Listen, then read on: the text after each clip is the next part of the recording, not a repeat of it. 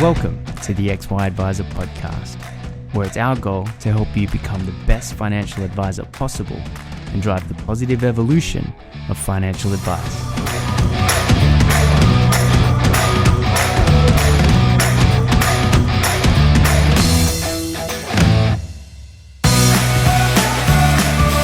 Hey guys, Ben Nash from the XY Advisor crew, and I'm super pumped to be introducing this brand new series we're about to kick off all around the 3 Ps of plan, produce, profit. Now, the XY team spent a lot of time thinking about what makes a great financial advice offering, a great financial advice business. And what we distilled it down to was that there are 3 key elements that you need to get right to have any level of success in your financial planning business. The first is about planning and how to plan an epic service proposition that's engaging for the people that you want to work with and compelling to drive real results within your business. The second is about producing, and that's about being efficient in your business, streamlining things, maximizing the benefits of technology to run a scalable and profitable advice service. And then the third is profit, which is all about getting your message out to a bigger market. How do you attract more people into this awesome offer that you're running efficiently and scalably? So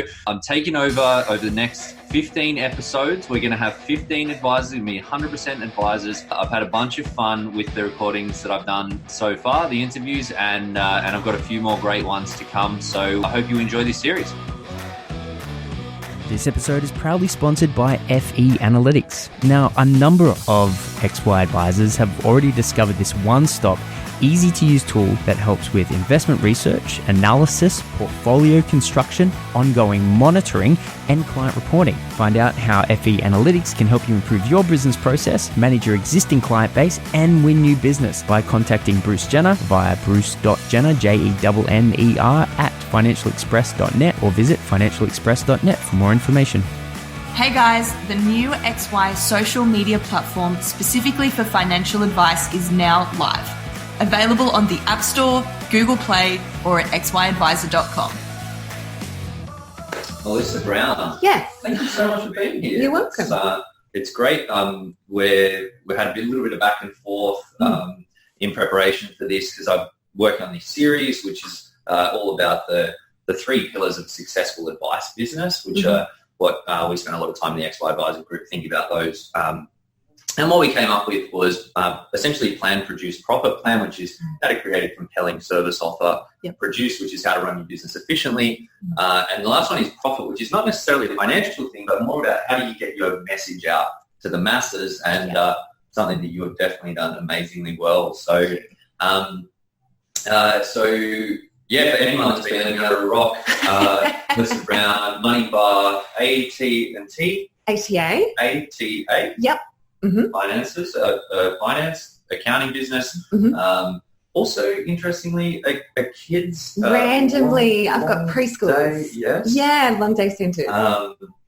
And author of a bunch of books, including this one, Unfuck Your Finances, making, brashness into the mainstream. Absolutely. So I have a potty mouth, I'll warn you. I hope that's okay. That's okay.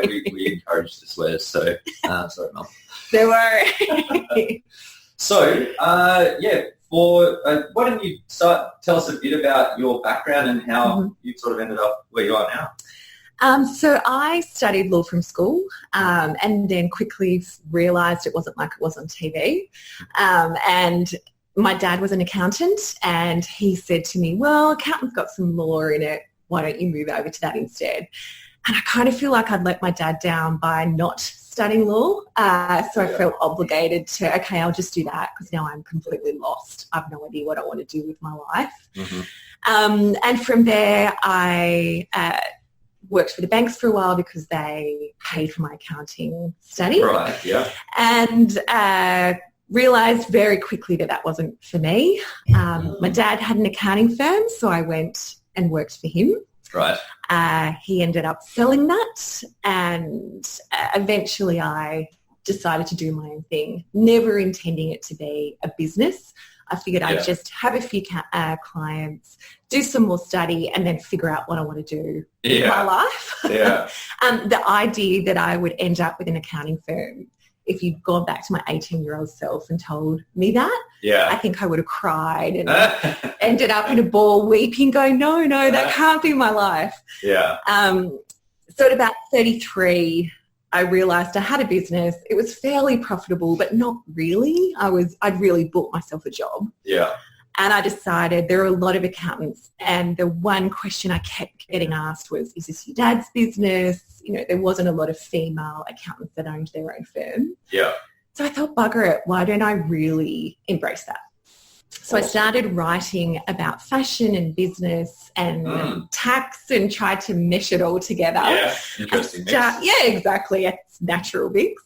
I started wearing whatever the hell I wanted to work, which sounds, I mean, you're in thongs and a T-shirt today. I realised I've got two jobs after this. And I was walking in from the gym and I thought, holy crap, I've actually got no shoes. But I mean, 15 years ago, that was revolutionary. You know, you just looked a particular way, especially in corporate. And so that led to my first book, More Money for Shoes. Yes.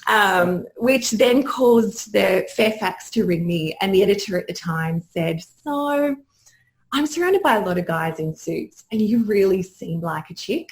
Yeah. Which I'm not really sure what that means. I think you're definitely a chick. Yeah. Definitely a chick. So he said, do you want to come and write for us?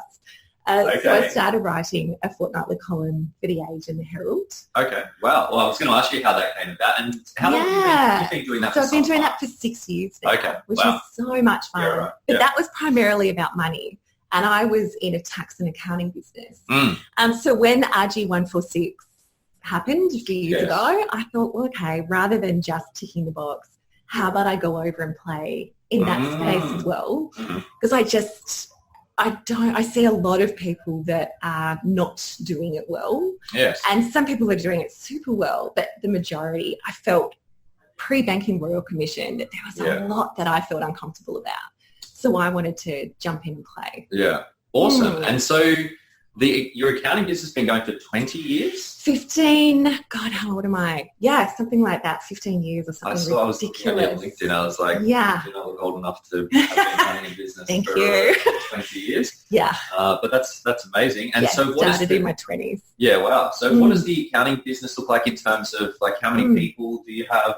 So we've got, good questions. 4 accountants, a few admin staff, main office in Glenbrook in the Blue Mountains, and then a satellite office in the city. And we're very much about not just tax, but business services. So I think accountants are generally the rock stars of the business world. Yes. We know the numbers. We can help you grow your business, but we're too busy doing tax. Yeah. So at ATA, we try to help you have a great business and help you with figure out your tax as well. Okay. So it's like business coaching-y type stuff? Kind of. We act as, we see it as an external CFO. Okay. So businesses often can't afford that internally. Yes. So we act in that role. Okay.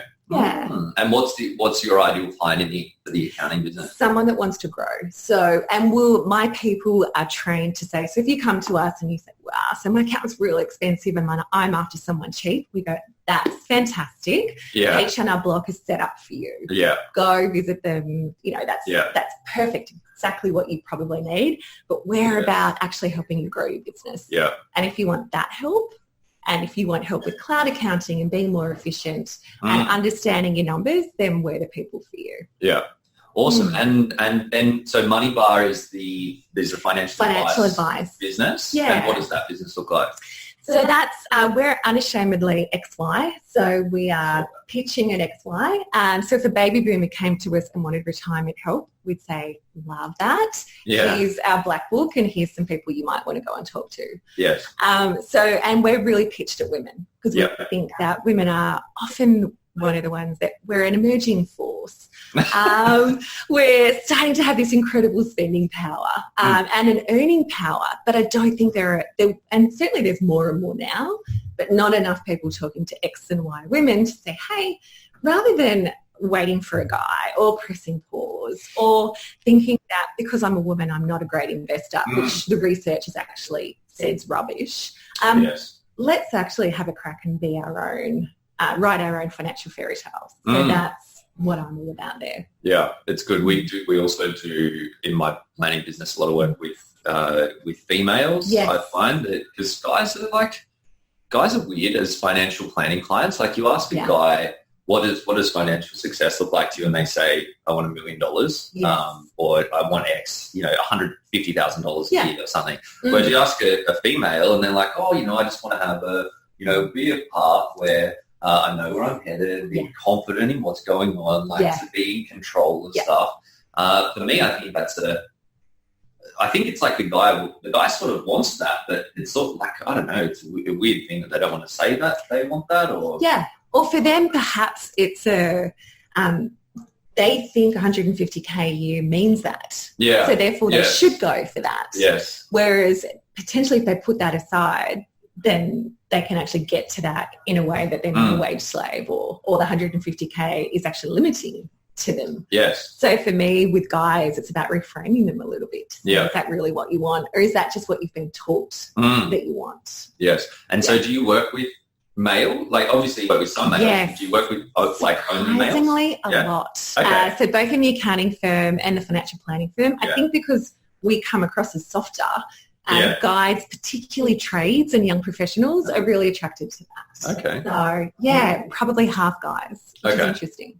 Cool. Yeah. And what do you do? What sort of stuff do you do? Like, what do you deliver in the money bar business? What's lots of strategic plans. So we're actually coming to the point where we don't think we want to be doing as much insurance and that sort of thing. So we're partnering with people to offer that. Okay. What we want to do is figure out, where are you now? Where do you want to go? And if you don't know where you want to go, let's help you figure that out, and then work out what the gap is, and then a plan to minimize that gap. Yeah. And then what I find is there are about 20 different ways that you can fill that gap. But that's the fun and the easy part. Often people just struggle with I don't even know what ground zero looks like, and I don't want to face it. I don't know where I want to go. So how can I possibly come up with a plan? They think that financial planning is how much of my income should I save? Yeah. But that's an irrelevant question, really, if you don't know what you want. I agree. Yeah. I agree. It doesn't, well, I was going to say it doesn't sell books, but maybe it does. But it's one of the things I get a bit from journos, and they're saying, like, what's the percentage? And I'm like, well, there's no, zero is okay sometimes, and sometimes it's not. Agreed. Yeah, absolutely. Yeah. So, so how many advisors do you have? So there's 2 of us. And I really don't want to build a professional firm with the Money Bar. So we're actually looking to do, on the 21st of October, I'm launching an online course. And we want to move into more education and that piece, and helping you do it yourself rather than coming to us for advice. So I'm very much wanting to partner with advisors where we're doing the education and the strategic piece, and then either having people understand how to do it themselves, or having the knowledge to go away and say, this is actually what I want. Go and execute it, Yeah. Makes sense. Yeah. Cool. Okay. I don't want 2 professional services. Yes, well, yeah. I'd say sucker for punishment. Staff is probably, if I can say one thing, it's the thing that I don't do well, is managing people. So the idea of many people just makes me want to run and cry. Yes, me too. Yeah.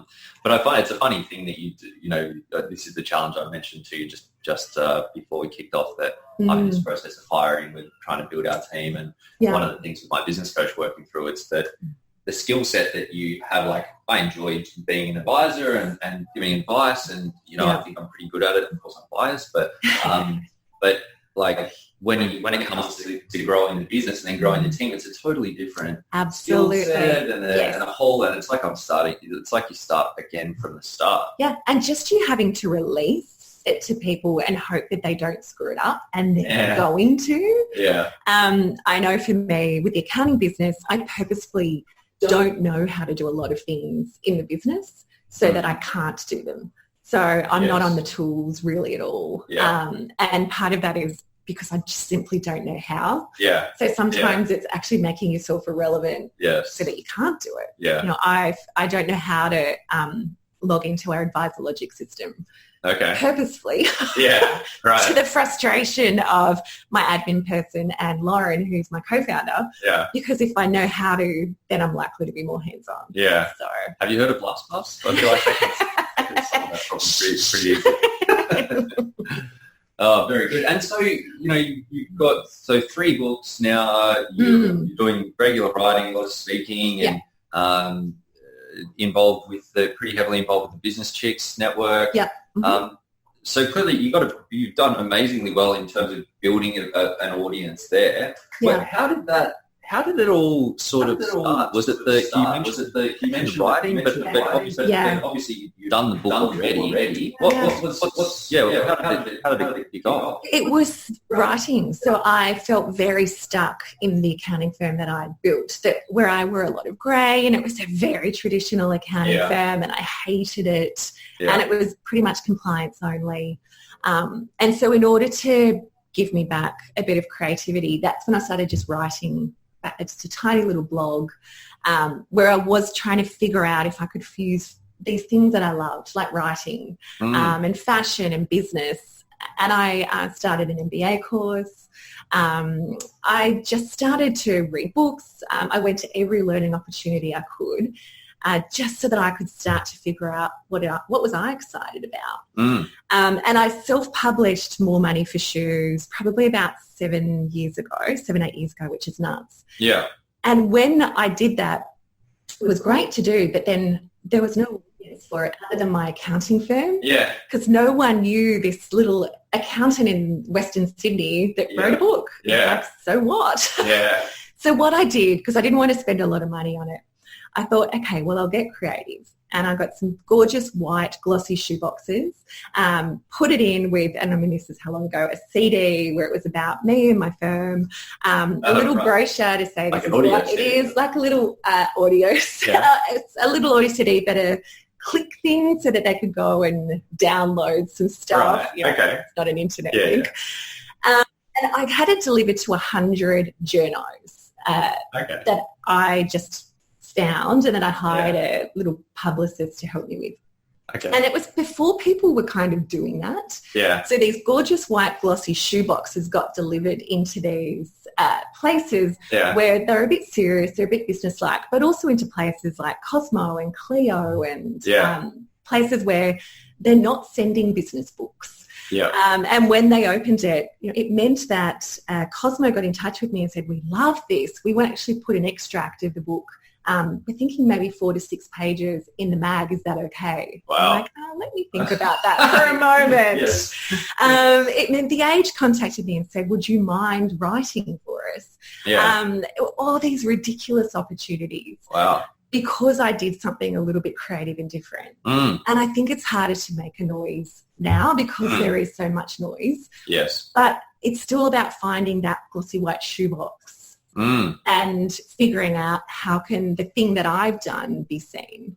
Yes. And that's why I called this Unfuck Your Finances and not Big Girl Pants or something like that. Yeah. Because I felt that at that moment it needed to cut through. And the way I felt like it would is the wake-up call to, maybe you just need to unfuck your finances. But building the audience, that's how I did it with those white shoe boxes back in the day. And it really has all built from there. Okay. Yeah. And so you started doing the writing and then that's led into, like, how did the other couple of books come about?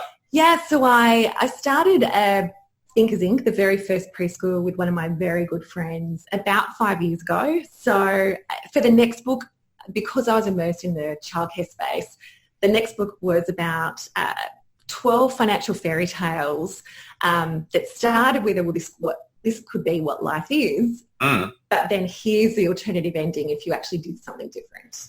Right. So Sleeping Beauty, Hansel and Gretel, like all these different tales that I made modern day.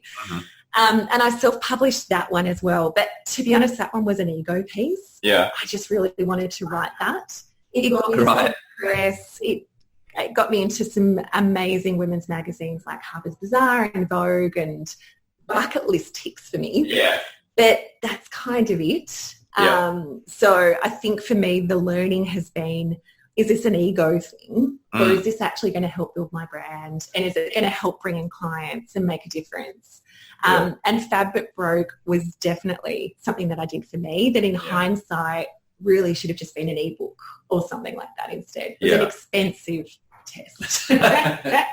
Yes. Yeah. Yeah, it's definitely a lot goes into like the financial side of things, but also the time. Absolutely, definitely. And I find the writing process so easy. Yeah, I'm super introverted. So for me, sitting behind a computer, not talking to anyone and writing is just my perfect day. Yeah. So I'm really comfortable with that. It's all the other stuff that is harder. And then so you've learnt then from the second book, and you put out this one. So tell me about the process and how you ended up here, because it's an interesting one that you go, well, unfuck your finances. Does that mean you're going to get people to come to you in a big mess? Yeah. Or like people that are in so much of a mess that it's hard, like help them. Yeah, exactly. Yeah. So that one was an interesting one. So I had written for The Age and Sydney Morning Herald for about 7 years. I knew what articles had worked by then and which ones people contact you, because thanks to Twitter and DMs, people read and instantly contact you, either to tell you about grammatical errors or even to ask questions about the article. Yes.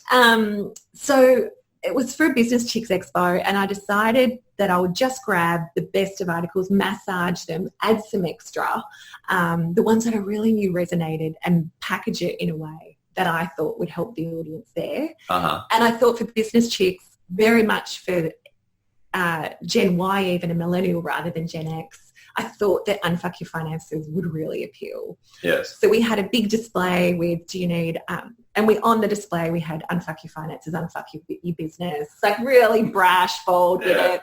It went absolutely gangbusters. And as a result, Alan and Unwin contacted me and said, hey, we've seen this go off, can we have it? Yeah. And I was really surprised, because that was not the intention for the book at all. And I think because I was surprised, I was like, sure, have at it. Yeah. But the incredible part of that is the global reach. So that sold about 13,000 copies now. It's in Australia. It's now in the US. It's in the UK. It's in the Netherlands. Which Netherlands. I know. I've seen your book in Dutch. Yeah. Going, God, I hope this is right. It's a really cool experience. Yeah. But it has definitely the trickle effect into my business has been massive. And yes, there are, I reckon, probably 10% of people that are just beyond, like they're just so screwed, that financially screwed, that we have to say, here's a counsellor. Like we can help you, but we can help you by referring you on. Yes. But 90% of people that come to us from the book are, hey, I read your book and I don't think I'm fucked, but I certainly need help. Yeah. Or I've been following what you said and I'm now in a place where I need help. Or I've tried to help myself, but I just can't. Can you help? Yeah. So it's been an absolute game changer for the business, in that we haven't had to market as a result. Yeah, awesome. Which is cool. So is this, I assume you sort of track, your metrics and where things come from. Absolutely. What's, in terms of proportions? I would say, so I've got an accounting firm and I expected most of my clients to come from my accounting firm. We didn't sell to them because too many came from the book. Right. So I would say 75% of the clients coming to us are from the book. Wow. Which is extraordinary. Yeah, that's amazing. Yeah. And that's why the online course, because you can only help so many. Yes. And also not everyone can afford you. So for us, it's creating solutions that are at a cheaper price and that you don't have to come and sit with someone. It's that autonomous. I can actually unfuck my finances rather than coming to you for help doing that. Yes. And do you do the advice work yourself? Part and part. So I definitely do some, partly because I wanted to understand the process and I actually really enjoy it. I love creating transformational change. That for me really lights me up. But Lauren, who's a Gen Y advisor in my firm, that's what she does. She's amazing. Yeah, awesome. Where do you think people go wrong when it comes to trying to get cut through? I think not understanding who you're talking to. So for me, who we want to talk to is really clear. So we know where we want to talk to them. We know where they hang out. We know what voice to use to talk to them and what will work with them and what won't. I think people think I need to be on this platform and speaking here and talking here and writing here. And in the end, people are confused by what you're offering and what you're all about. Or they think that numbers as in the numbers that people see, like on Insta or whatever, are meaningful. Yes. And they're actually not. Yes, for sure. And do you have an agent, or you do it yourself? No, Right. yeah, I'm Scottish background and Hong Kong background, so I'm very frugal. Right. The idea of sending 20% to someone I can't deal with. Right. I use a PR person 3 months of a year just to trickle it along and give it a little bit of a bump. Uh-huh. I did think about engaging an agent at some point, and to be honest, I probably would get more work, but I'm getting enough work that just comes to me probably somewhat lazily. Yeah. So maybe in the next year or two I might consider it, but the lazy part of me. The lazy part that did all the work to make it all happen at the start. Yeah, that person. Well, it would mean more speaking gigs and all the rest of it. And whilst I love it, I don't want to just be doing a lot of that because, and again, it's about knowing your energy. For me, super introverted, the energy it takes from doing that, it's really got to be worth it. So I don't want to just be earning off that for the sake of earning off that. For sure. I want to be doing it because my audience is there. Yeah. Yeah. And that makes sense. So I've heard you a few times on Triple J. How did you spend that? How did that come about? The book. So Alan and Unwin did some PR at first. I'd already been on Triple J. I think, I don't know how they found me. I'd been on there once, definitely. And then I was on from Alan and Unwin from the book, and they just loved that I was just, I guess, real and open and honest. So they just regularly call me back. And thereafter, and this is the thing for people to understand, they want people in there that can just talk no BS about money. Yes. And that can just talk openly about this.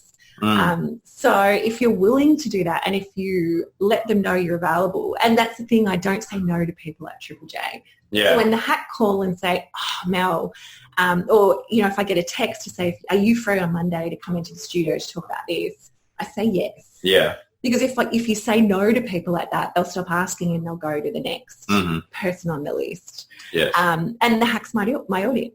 Absolutely. So, of course, I want to be there. Yeah, that's great. And, I think, one of the things that I see with a lot of people is that, you see, and I'm sure you have people like this in your networks across social media, that people are trying to get their message out or set themselves up as an authority in a space. And the people are good people, and they do good work. But it's a weird thing that people, when they start to then put themselves out there, it sort of changes their tone. So I think it's interesting you say that just talk normally. Absolutely. And be yourself. And and you won't appeal to everyone. So I knew from writing More Money for Shoes that my peers particularly would think I was a little bit of fluff and that they would just write me off. And that's okay. Yeah. Some did. Well, they're not buying from you. So absolutely. And I also know that some people would think, oh, that's nice. Yeah. But for me, it meant building a multi-million-dollar business. So who cares? That's it. So for me, it's more important that I'm speaking in a tone that's truthful for me, that relates to my audience, then you respect me. I mean, I like it if you respect me. Yeah, that's it. But that's a byproduct. Yeah. And certainly that's something that I've learned. But it's also figuring out what your mediums are. I've done a bit of TV, and there is a social awkwardness to me where I'm a blurter. I'm petrified I'm going to swear. Yeah. And also I find that people don't buy from TV. So for me, it's good for ego. It's good for social proof. But radio sells books. Radio brings in clients. Radio, for what I've discovered personally, is it converts. So I'd rather do more of that than have the TV. So it's figuring out what's right for you and where your audience are and what they listen to as well. Yeah, absolutely. I've done a little bit of TV and it's terrifying. Because you've been on the Today Show on different ones, haven't you? I think I've been on Sunrise a few times, and it's the same that you're just there, waiting to get something wrong. And so, talking of mediums, what have you tried? Is there anything you've tried that hasn't worked as well as you thought it was going to? Certainly TV for me doesn't convert as much as other mediums. social media for me is always surprising at how well that converts. Mm-hmm. So if I talk my preschool for a moment, Facebook ads are the thing. Mums, and they're often the purchasers. So we do Facebook ads and that converts our preschool, which we still do buses and signs and all that sort of stuff, but that works there. Right. For ATA and for the Money Bar, Instagram works really well for us.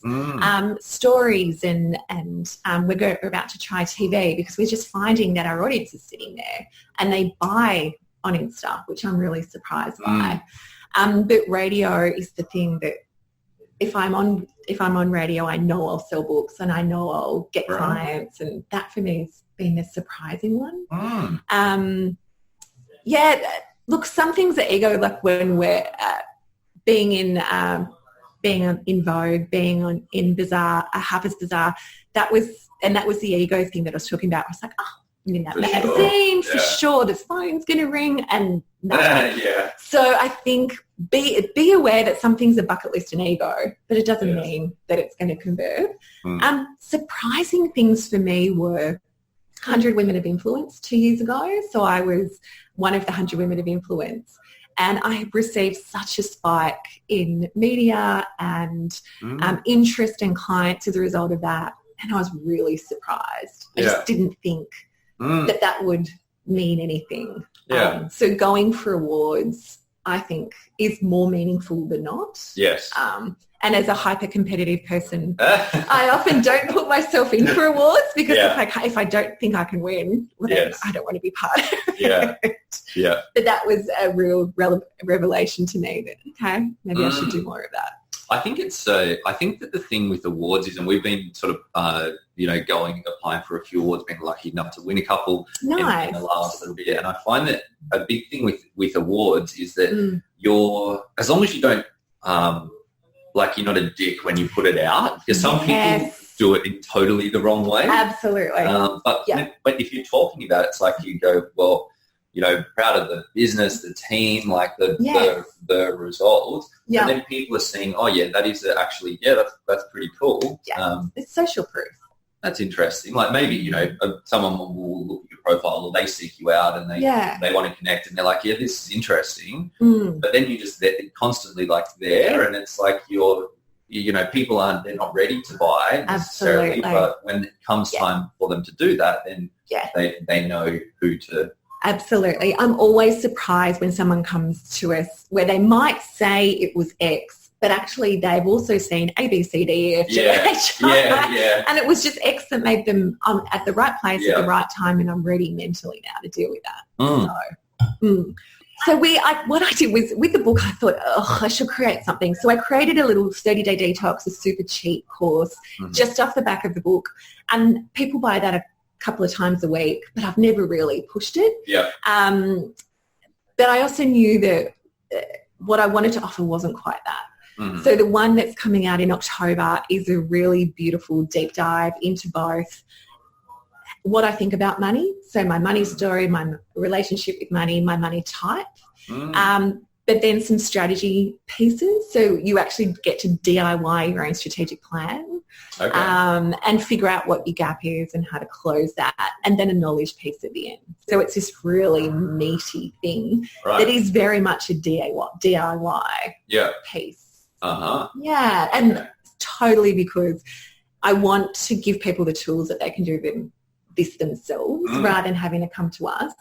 And then when they want to invest, they can either do that themselves or come to someone like yourself and say, so, ready to invest now. And I'm thinking index funds, or I'm thinking this because I'm a little bit more savvy than if I just walked off the street to you. For sure.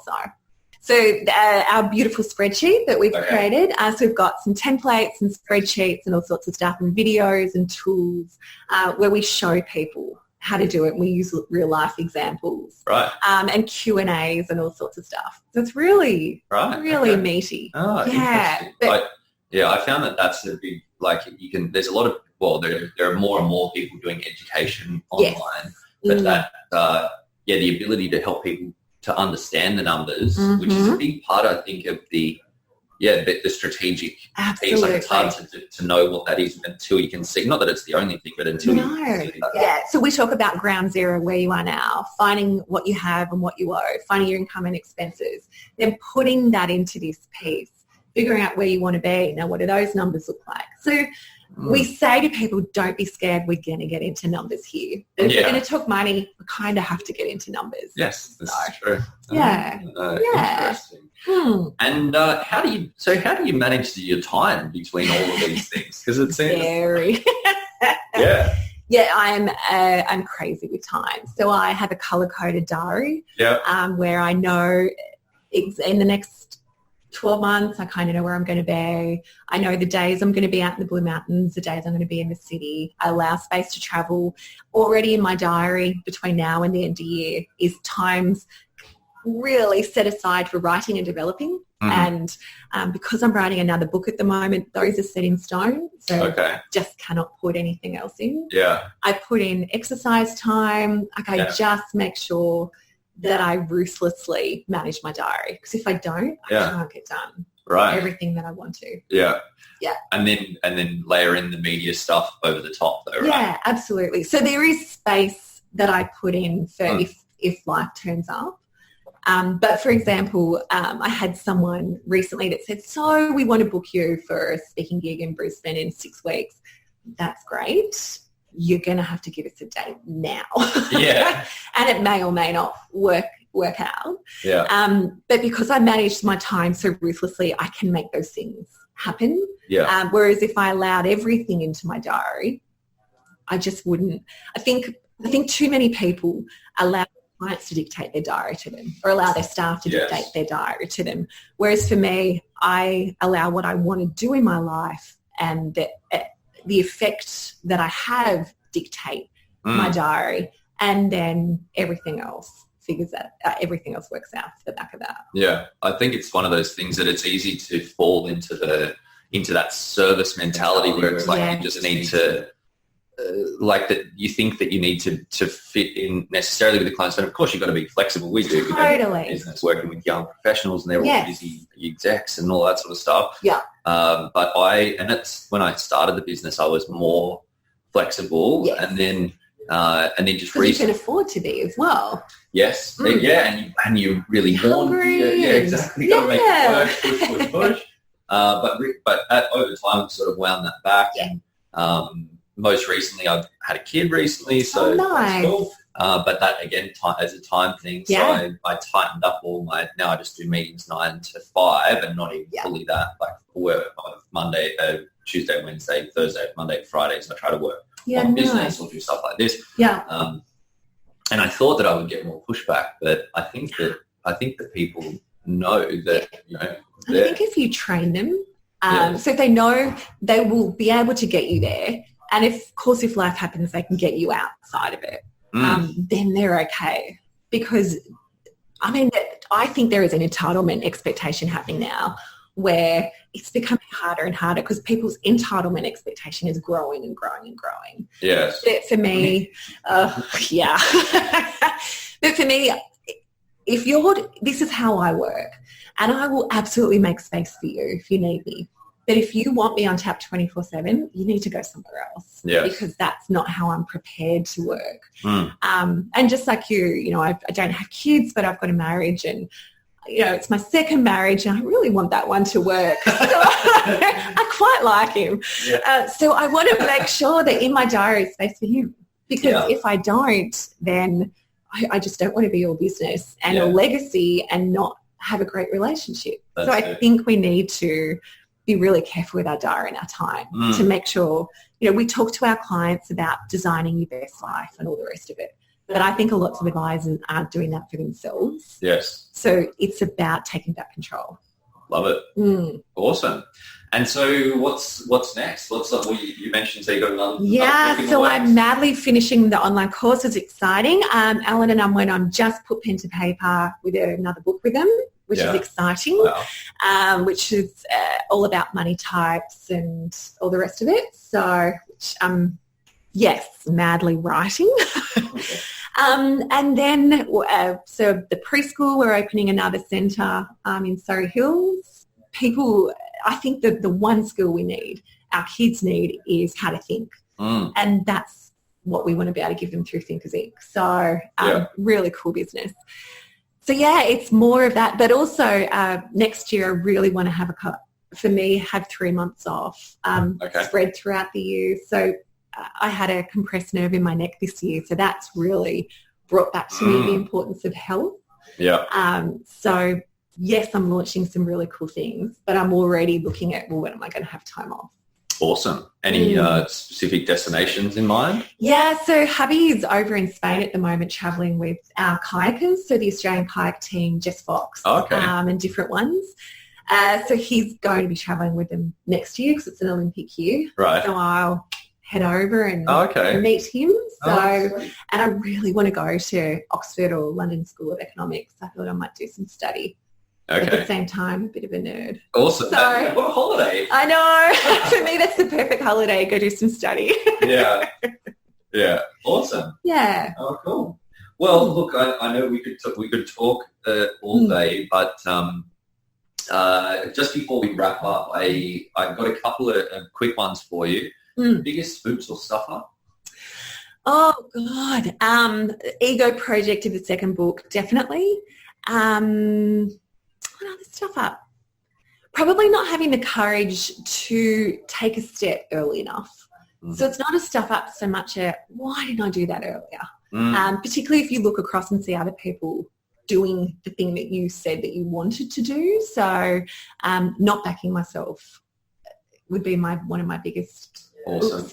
I reckon about 50% of the people that I've interviewed for this series have said that. So agree. People. And not getting rid of people early enough. Okay. Yeah. Yes. Yeah. I feel very emotionally attached to people, or I feel, I know you've got kids. I can't let you go. I've got to keep trying. Yes. Yeah, hanging on to people too long. Yeah, that's a tough one, the team thing, which we were chatting about. Oh, yeah. The top one. So on that, what's your top tip, other than buy it fast, what's your top tip for creating an awesome team? Oh, God, as someone that doesn't manage people well.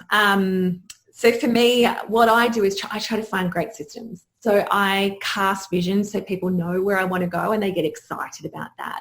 I don't do great blanket approach, so I try to mentor my key people. So spending really quality time with that inner sanctum that you just know is vital to your business, and those key people. Every business we run Gazelle's method. So daily huddles, weekly meetings, quarterly planning days, annual conferences, and the one-page plan. So for someone that gets distracted by bright, shiny things and doesn't love structure and managing well, that creates structure and keeps my people happy. Right. Yeah. Awesome. That's a good one. We just started playing around with just started using the software, or there's one that you can actually, it overlays with the hedgehog. The hedgehog concept. Yeah. Nice. So it's like it plugs into Xero. I'll get Em to put a link. I love that. I'll find that too. Yeah, we put a link in the show notes to that one. Very good. Just that visual aspect of how nice. Yeah, how your key metrics are tracking from that. Yeah, the same thing. Awesome. Cool. Best piece of advice you've ever received? My dad once said to me, "Don't hire a kid." I wish I'd listened to it. No, best piece of advice. Someone once said to me because I do a lot of external PR, and that I talk where I'm saying to people, this is how I think life should be. They said you need to do internal PR. So for your people that are working for you, they think you're off having lunches and having chats. They don't actually see that as work. So now every meeting, everything that I'm scheduled, I make sure my diary is like an internal PR system so that my people know, oh, right, Mel's going and doing all these things for the business. So that for me in the last 12 months has been a game changer as far as expectations of my team and them really being willing to help me. Yeah. So you mean just so that they know that you're doing, that all the stuff is working towards an objective for the business as opposed to just... Yeah. Or I might have just put on my diary before chat with Ben Ash for today, whereas now I put XY podcast, blah, blah, blah, blah. So they look at it and go, oh, right, Mel's doing this. Yeah. So I use my diary as an internal PR mechanism. Awesome. Yeah. And last one for you. What's your spirit animal? Oh, my God, I forgot that you were going to say this. It's going to sound really terrible. I don't know. Probably a cat. A cat? Just not that I like cats, but because I think I'm a bit cat-like in my behaviour. Yeah. In that, I'm not a dog where I just want to come and play with everyone. Come to you when I'm ready. Yes. I'd rather just spend some time on the couch in the sun with a good book. Yeah, probably a cat. Very good. Well, Melissa, thank you very much for joining us. Some awesome tips there. Thanks for having me. Yeah, keep up the good work, and it's always great to see great advisors really passionate about the future as well. Yeah,